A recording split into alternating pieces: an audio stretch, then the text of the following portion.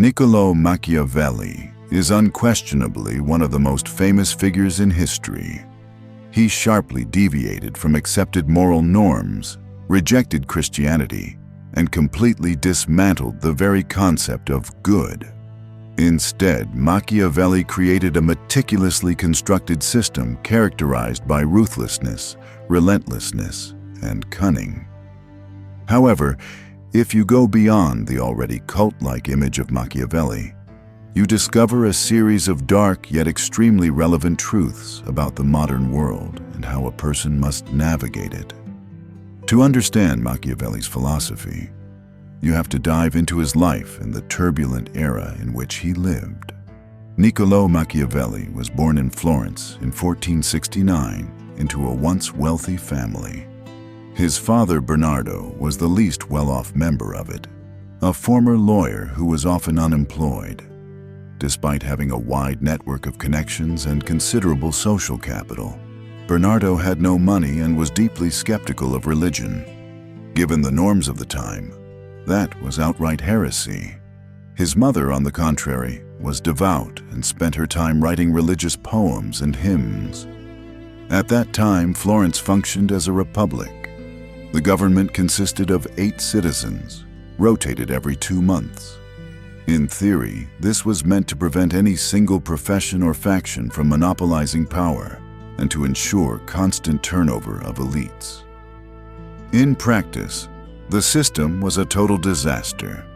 Every 2 months, the government's approaches and priorities changed radically, forcing the ruling Medici family to intervene and manipulate the lottery system so that only suitable names were drawn. In reality, Florence resembled a dictatorship more than anything else. That level of corruption was the norm across Italy. All of Europe was engulfed in wars for territory, and the leaders of Italian mercenary armies switched sides at the drop of a hat. In essence, Machiavelli grew up in a society where the ideal of governance and its actual functioning were worlds apart. From childhood, he witnessed chaos and instability in politics and understood the deadly consequences that political failure could bring. When he was 10, conspirators against the Medici were hung upside down from the main government building and left to rot for weeks as a public spectacle. Machiavelli's early life remains relatively unknown, but we know he received a solid education. After the Medici were expelled from power in 1494, he began working in the Florentine government, drafting documents. Soon he climbed the career ladder and, at only 28, became secretary of the Second Chancery and the Ten of War, the committee responsible for foreign relations and military preparations. To this day, there are no clear documents explaining how he achieved such a high position at such a young age. Historians are still puzzled. Many consider Machiavelli a failed politician, but that view is incomplete. For more than 10 years, he was Florence's chief diplomat. Although his diplomatic efforts did not produce outstanding results, it's important to remember that Florence was the weakest of the major Italian states during an extremely turbulent period. In 1512, the Republic was overthrown. The Medici returned to power, suspected Machiavelli of conspiracy, imprisoned and tortured him, then exiled him. It was in exile that he wrote his most famous work, The Prince. The Prince was a handbook for rulers, written specifically for Lorenzo de' Medici, head of the Medici family. For centuries, the dominant philosophy had held that a leader's greatness is measured by moral purity and kindness. Even if that ideal was rarely achieved in practice, it remained the standard. In The Prince, Machiavelli completely abandoned it. He argued that a leader's primary task is to strengthen and preserve power. Virtue ceased to be the measure of success. The ability to create a formidable state became the true criterion. Thus, Machiavelli completely separated political theory from ethical considerations. The book is not a guide to virtuous living. It is a manual for maintaining power and governing effectively. Machiavelli rejected Christian dogmas and moral principles. Or rather, he said that morality, while admirable, is not always feasible for an effective politician. Such a stance required courage, perhaps even cruelty, but it was still a form of courage. He could have softened his words, saying, for example, that one must do certain things to retain power, but power itself is not inherently desirable. That would have deflected much of the criticism while conveying the same core ideas. Machiavelli systematically dismantles morality and gives a shocking example. Cesare Borgia, son of Pope Alexander VI. With his father's support, in 1502, Borgia set out to create a new Italian state near Florence. Having conquered the city of Cesena, he appointed his right-hand man, Ramiro de Lorca, to restore order, ordering him to use any means, even the most ruthless, cruel, and horrific. De Lorca carried out the orders. He confiscated property, castrated and executed those who resisted. After several months of such harsh control, Borgia arrived in Cesena and found that the inhabitants now hated both de Lorca and Borgia himself. In one fateful night, Borgia ordered de Lorca killed, hacked to pieces, and the body parts, together with the severed head, displayed on a pike in the central square. At dawn, the townspeople woke up to this grotesque sight. Given their hatred for de Lorca, they greeted it with delight. Borgia addressed the people, claiming that de Lorca had seized power and acted on his own, stressing that he himself had never authorized such atrocities. He portrayed de Lorca as a savage sadist and psychopath, and declared that he had saved the people from this monster. He also said that de Lorca's cruelty and disobedience could not be tolerated in the great society he was building. This episode is a classic example of ruthless, cynical hypocrisy toward one of his closest allies. Yet, throughout The Prince, Machiavelli expresses profound admiration for Cesare Borgia, presenting him as the embodiment of the ideal leader. He firmly believed that kindness, though praiseworthy, cannot be consistently maintained by an effective leader. Politics, in his view, is an endless knife fight that by its nature demands ruthlessness. A leader cannot always afford to be compassionate, loyal, humane, or honest. The role requires cruelty, inhumanity, and deception. Machiavelli poses the key question: should a leader strive to be loved or feared? The ideal, he admits, is to be both, but these qualities rarely coexist. In general, it is better to be feared than loved. People are by nature unreliable, some timid, some dishonest. Some can be bought, others change their minds easily. Constant fear based on real punishment keeps them in check far more effectively than love, which can fade and opinions can shift. A leader cannot dictate whom people love, but he can control what they fear. However, fear is useful only up to a point. A leader must never provoke hatred. Hatred breeds assassinations and conspiracies. If cruelty is necessary, it must be applied quickly and discreetly, without inflaming lasting enmity. The main advice: love when possible, be feared when necessary, and never, under any circumstances, be hated. According to Machiavelli, this is the hallmark of every successful politician. Honesty, in his worldview, is not always effective against opponents. A cunning leader is often more successful than an honest one. When circumstances change, it is permissible to deceive, break promises, even betray. People are prone to lying, so leaders are simply obliged to lie. An honest leader disarms himself and gives his enemies an advantage. To win public adoration, one must combine a beautiful image with harsh reality. Most people know a leader only by his words, and very few have access to his real deeds. So they judge him by what they see, not by what happens behind closed doors. Machiavelli's reputation stems from his readiness to be ruthless, deceptive, and pragmatic when necessary.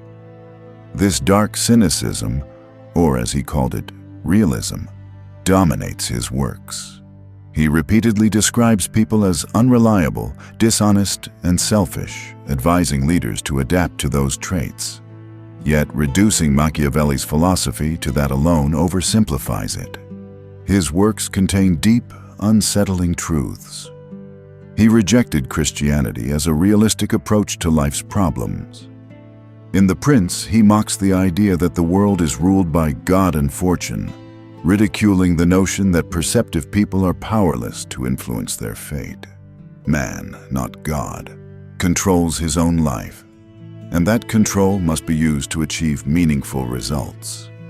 Life, for Machiavelli, is a struggle between virtù and the capricious forces of fortune. The term virtù is often mistakenly translated as moral virtue. In Russian, there is no single word that fully captures it.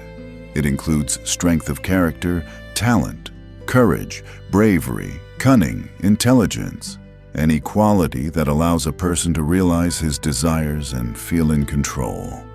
Virtù is opposed to fortune, pure luck. Fortune determines half our actions, virtù the other half. Machiavelli compares fortune to a flooding river. We can build embankments and dams so that when the flood comes, it causes no harm. Fortune has power only where we allow it. He believed in an inner beast in every human being, something primal hiding beneath the veneer of morality. That beast is driven only by the desire to satisfy its needs and will do anything to achieve them. Machiavelli was ahead of his time. Later, Jung would call it the shadow, Freud the unconscious. Like them, he insisted we should neither suppress it nor let it rule us. We must learn to coexist with it, be ethical and just whenever possible, but when pursuing a goal, be a lion capable of repelling hyenas or a fox too cunning to fall into traps. The world is not what it ought to be. It is what it is. Acting according to an idealized vision instead of acknowledging its complexity leads to self-destruction. Living according to how the world actually works, not how we wish it were. That is the essence of Machiavellianism. Yet putting these principles into practice turned out to be problematic. Machiavelli wrote The Prince as a gift for Lorenzo de' Medici, hoping to regain favor after having been imprisoned and tortured by the same family. In the end, he never got the desired position, and Lorenzo probably never even read the book. In hindsight, a treatise that openly promotes deception, betrayal, and opportunism was self-defeating. Spreading such ideas often led to antisocial behavior and sometimes proved counterproductive. Machiavelli was willing to sacrifice his own reputation to advance his ideology. Who, after reading The Prince, would want to ally with Nicusso Machiavelli? The answer is obvious. No one. Although many would prefer to have him on their side rather than against them. His political career never reached any significant heights. He did not draft constitutions, did not lead revolutions, did not govern cities or states. Despite being a prolific theorist, history records no successful real-world application of his ideas. Unless, of course, we accept that he advocated secrecy so well that all traces were perfectly hidden. After The Prince was ignored, Machiavelli let himself go. He spent more time on love affairs than politics, then started writing bawdy comedies that instantly made him a celebrity. Still, his ambitions remained political. Toward the end of his life, a Medici relative tasked him with overseeing Florence's defensive walls ahead of a looming conflict. When war broke out, the Spanish army bypassed Florence and sacked Rome instead. The Medici fell again. Machiavelli lost his job.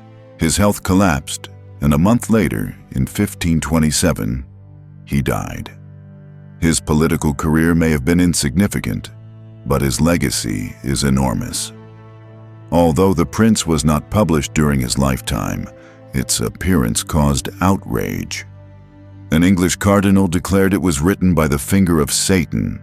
Pope Paul IV immediately banned it. Catherine de' Medici, Lorenzo's daughter, to whom the book was originally dedicated, orchestrated the St. Bartholomew's Day massacre in 1572. Later, Frederick the Great wrote anti-Machiavelli, arguing that a ruler's first duty is the welfare of his subjects. That work was translated into every language before the prince itself, and the archetype of the cruel Machiavellian entered popular culture forever. Machiavelli's core idea, that Christian morality and effective political leadership do not always go hand in hand, still resonates today. Public opinion never fully forgave him, yet politicians around the world quietly adopted his insights. Modern leaders are obliged to maintain a facade of morality and, ideally, act accordingly when possible.